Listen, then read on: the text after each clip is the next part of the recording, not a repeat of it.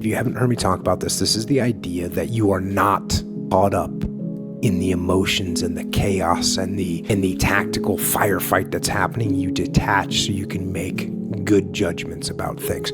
So how do you do it? How do you learn it? And how do you practice it? Step number 1 is awareness. Awareness of yourself. So you start asking yourself, wait, how am I being perceived right now?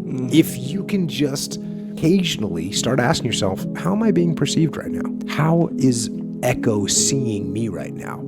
So all of a sudden you're starting to take other people's perspective, which it's a good start because it's not your own.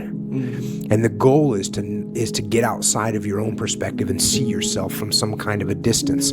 So you start asking yourself, how am I being perceived? And then start trying to watch yourself. Like, what do I look like right now?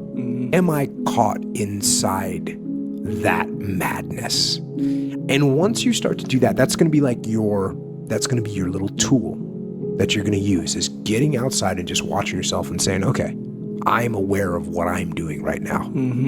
I am aware of what I am doing right now. And then what you want to do is you want to set some kind of alerts, because I don't walk around detached from myself all the time. Otherwise you would have no joy and you would have no pain, you'd have no emotions because you'd be detached from it. So I don't walk around just detached all the time.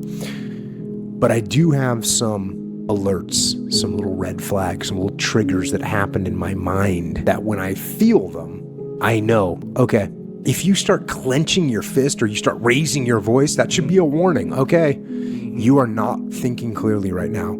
Detach from this, get away from these emotions.